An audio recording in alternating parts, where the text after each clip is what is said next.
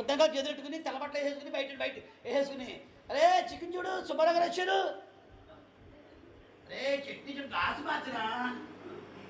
మళ్ళా భోజనం అయిపోయిన తర్వాత ప్రార్థనలో కనబడ్డాడు. బాహ్య అలంకరణ చెప్పండి అమ్మా, బాహ్య వేషధారణ. భోజనాలు పెడుతుంటే బోల్ మంది అంతా పట్టదు, అది కూడా బాహ్య అలంకరణే. ఎలాగంటే ఫీల్ అవ్వకండి, అందరికీ భోజనాలు ఉన్నాయి, అందరూ తింటున్నాం, ఎవరికి వాళ్ళే పూర్వకాలు అడుక్కులు బోళ్ళు మంది వచ్చేవారు. ఇప్పుడు కూరలన్నీ డ్రైనేజీలో పడేస్తున్నారు తీసుకెళ్ళి. అమ్మా భిక్షాందేహాన్ని కూడా ఏమైనా వస్తున్నాడమ్మా, ఎలా చూపించండి చూద్దాం. పక్కింటి వాళ్ళు కూడా కూర వేసుకు పిన్నంటే వద్దంటుంది. అది కూర వేసుకు పిన్నంటే పాసిపోయి కూర చేసి తినేసిపోరు పూర్వకాలంలో. ఇప్పుడు ఎవరు వేసుకోవట్లా, ప్రెస్టేజ్లు పెరిగిపోయి అందరి ధనం బాగానే ఉండర్లేండి, కానీ అన్నిట్లోనూ అభివృద్ధి అయ్యారు, కానీ ఆత్మలో అభివృద్ధి అవ్వట్లా, శరీరంలో అభివృద్ధి అవుతున్నారు.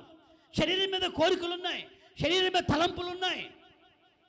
పరిశుద్ధ అలంకరణ ధరించుకుని ఆయన ముందేం చేయాలంట, నమస్కారం చేయాలి. ఏ అలంకరణ అండి? పరిశుద్ధ. మాట్లాడండి. అలంకరణలు. చిన్న ఉదాహరణ చెప్తాను నేను. ఒక ఊర్లోనంట రాజుగారి దగ్గర ఒక అబ్బాయి పనిచేస్తున్నాడు.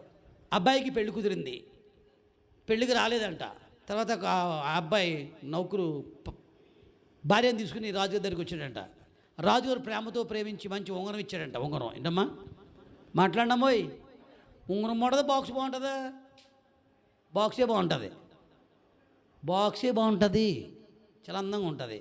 ఆ బాక్స్ ఇస్తే ఈ అబ్బాయి తీసుకొచ్చి అందులో ఏముందో చూడకుండా ఆ బాక్స్ని పట్టుకెళ్ళి దేవుడికి దగ్గర బాల దగ్గర పెట్టేసి బాక్స్ని పూజ చేద్దాం ప్రతిరోజు. అందులో ఏముందో చూడాల, ప్రతిరోజు ఆ బాక్స్ని పూజ చేస్తున్నాడు. మాయ గారు ఇచ్చిన బాక్స్ బాగుందని. ఈరోజు 2 పిల్లలు పుట్టారు వాళ్ళకి. ఓ రోజు ఎందుకో ఆ బాక్స్ ఏంటని అలా ఆవిడ తీసి చూసిందంట. ఏముంది దాంట్లో? ఎంత రాజవంగరం ఉందంట, సెగోడిలాగా. సెగోడి అది తెంకరదే. అది అంటుందంట ఆవిడ. అలా అయితేను, ఏమండి మీ రాజుగారు మనకి చెగోడి ఇచ్చారు బాక్స్లో పెట్టి అని. అబ్బా చెగోడి ఇచ్చారని ఆ బాక్స్నేమో బయట అడేసి ఈ చెగోడిని పెట్టి చెగోడికి దండం పెడతారు ప్రతిరోజు. అది చెగోడి అంట. ఏంటమ్మది? చెగోడి. చెగోడి అంటే అర్థం లేదా? అర్థమైందమ్మా, కోనసీమ అర్థం వదిలే. చెగోడి అంటే ఇది పత్తి ఎలాగుంది? బాక్స్ దండం పెట్టాడు. ఈరోజు మనందరూ బాక్స్ దండం పెడుతున్నాం. బాక్స్ అంటే ఏంటమ్మా? నువ్వే డబ్బా, అందమైన డబ్బా, చిలక, అందమైన చిలక. ఈ డబ్బానే ప్రేమిస్తున్నావు, శరీరం కోసమే ప్రాతిపడుతున్నావు. నీ బతుకంతా శరీరం కోసమే. ఏమి తిందుమా, ఏమి తాగుదమా, ఎక్కడికి వెళ్దామా, ఎప్పుడు చుట్టాలకి వెళ్ళిపోదామా. చాలామంది ఎప్పుడు చుట్టాలకి వెళ్దామని చూస్తూ ఉంటారు. కొంపుదులు పెట్టేసి ఎప్పుడు చుట్టాలకి వెళ్ళిపోదాం, శుభ్రం 4 రోజులు తిరిగిచ్చాడని మళ్ళీ ఎప్పటికైనా మళ్ళీ వండుకోవడానికి వచ్చి వాళ్ళకి ఇష్టం వాళ్ళకి. అలా కాదండి, మీ సంసారం, మీ కుటుంబం, మీ బాధ్యతలు మీకు ఉండాలి. సో బాక్సుని ప్రేమించడం కాదు, లోనే ముందు దాన్ని ప్రేమించాలి. దేన్ని ప్రేమించాలండి? ఆ మాట మళ్ళీ 96 వచ్చిన గట్టిగా చదువుతామా. ఒక 10 నిమిషాల టైం ఉంది కదా ఇంకా. 96:9. అదిగోండి, మా పరిశుద్ధ అలంకరణలు ధరించుకుని. ఆగండి, మీరు ఎప్పుడు దండం పెట్టుకున్నా ఇలాగేనండి అమ్మ. దండం అంటే ఏంటి? ఇలా చూడండి, చూడండి పూజి అంటారు కదా. ఈ మధ్య ఇది మానేశారు, చేయలే ఎక్కట్లేదు, లావ్ అయిపోయింది ఈ మధ్య అంటున్నారు. దేని చూసి? గుడిని చూసి. ఏసుకో గుడిని చూసి. చెప్పండమ్మా. అదే ఏదైనా చెప్తున్నాను, లోన పరిశుద్ధ అలంకరణ లేకుండా నువ్వు దండం పెట్టుకోద్దు అన్నాడు ఆయన. దండం పెట్టు. ఇప్పుడు నేను ఇప్పుడు అయ్యగారు ఉన్నారు, ఎలాగన్నా ఏమనుకోకండి, మంచి డ్రెస్లో ఉన్నారు, అలాగ ఉన్నారు. ఆయన అలాగెళ్ళి భిక్షం దేయండి బాబా అంటే ఏమన్నా ఎత్తాడా? గొమ్మని చేతులు దండం పెడాలి పెద్దదా ఈ మొహం చూస్తేనే. ఆయనకి గెటప్ ఉండాలి. చిరిగిపోయిన ప్యాంటు బాబయ్యా అంటే డబ్బులు వేస్తారు అవుతాడు. నీకు రూపం కావాలి, క్రైస్తవ్యంలో నీకు రూపు రావాలి, ఓ మార్పు రావాలి, ఓ ప్రార్థన శక్తి రావాలి. అది నీలోకి రాకుండా దేవుడు నిన్ను చూడడం, నిన్ను ముట్టుకోవడం. పరిశుద్ధ అలంకరణ ధరించుకుని గుళ్ళో దండం పెట్టాలి దేవుడికి. గుళ్ళో కూర్చున్నా సరే నీ ఒంటి మీద ఏముండాలి? అలంకరణ, పరిశుద్ధ అలంకరణలో. ఒకటేమో రక్షణ వస్త్రం. చెప్పండమ్మా, అందరు చెప్పాలి. రెండవదేమో మారు మనసు. మూడవది ప్రార్థన. అందరూ సరడి చేతులు పైగా దేని స్తోత్రం చెప్దాం. ప్రార్థన పరిస్థితులు మారుస్తుంది. ప్రార్థన. ఇంక లాస్ట్గా 4వది ఏంటో తెలుసా? అభిషేకం. చెప్పండి మాట, అందరు చెప్పండమ్మా. దీనికోసం 2 మాటలు చెప్తాను మీకు. అభిషేకం అంటే ఏంటి? అభిషేకం సరే మీకు చెప్పలేరు కానీ నేను చెప్తానండి. యేసుప్రభు వారంట 40 రోజులు ఫాస్టింగ్ ఉండి ఆయన బాప్తిసం తీసుకున్నాడు. తీసుకున్న వెంటనే పైకి వచ్చాడు. పావురము పరిశుద్ధాత్మ అభిషేకంతో ఆయన అభిషేకించింది. ఆల్రెడీ ఆయన 40 రోజుల ఉపవాసం పొందాడు, శక్తి పొందారు, దేవుడైనా.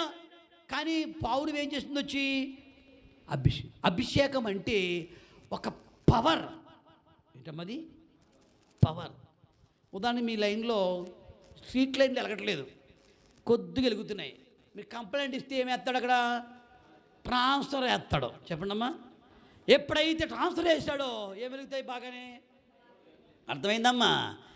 నువ్వు బాగా ఎలగాలనగా, నువ్వు సుఖంగా ఉండాలంటే హ్యాపీగా ఉండాలంటే అభిషేకం రావాలి నీలోకి. మీ పేటలోకి ఏమొచ్చిందమ్మా? ట్రాన్స్ఫర్. చెప్పండమ్మోయ్, ఏమొచ్చిందండి? కరెంట్ అంతా ఏమవుతుంది? బాగా. మీ ఊళ్ళో కరెంట్ బాగా ఎలగాలంటే ట్రాన్స్ఫర్ కావాలి. మరి నీ కుటుంబాలు బాగా ఎలగాలంటే నీలోకి ఏం రావాలి? అందరు చెప్పండి. అభిషేకం అంటే ఏంటి తెలుసా? దేవుడితో సమానంగా పనిచేసేది అది. అదొక పవర్. అది అభిషేకము లేకుండా ఎవడే పని చేయలేడు. దావీదు ఎవరిని చంపాడు? గొలియాతుని చంపాడు. చెప్పండమ్మా. గొలియాతు ఎంత ఉన్నాడు? చిన్నగా ఉన్నాడు. దావీదు. గొలియాతు పెద్దగా ఉన్నాడు. ఒడిసెలతో చంపానన్నారు. అక్కడ ఒడిసెలు కాదు అక్కడ ముఖ్యం. దావీదులు ఏముంది? అభిషేకం ఉంది. అభిషేకం ఉన్న చోట ఎన్ని కార్యాలు జరుగుతాయండి. అల్లి కూడా చెప్పట్లేదు ఇలా. అమ్మా స్తోత్రం చెప్పడాలి. అభిషేకం ఉన్న చోట ఎన్ని కార్యక్రమాలు జరుగుతాయండి. అభిషేకం అనే అనగండిలో ఉండాలి. బైబిల్లో ఎంతోమంది అభిషేకముతో అనేక కార్యక్రమాలు చేస్తారు, అనేక అద్భుతాలు చేస్తారు. కుటుంబాలు బాగుపడి, వారి జీవితాలు బాగుపడి. కేవలం ఏంటి? అభిషేకం. చెప్పండమ్మా. అభిషేకం అంటే దేవుడు పవర్ కంటే ఇంకా అతీతమైన పవర్ నీళ్ళకి వస్తుంది. అభిషేకం ఉన్న చోట కార్యాలు జరుగుతాయి.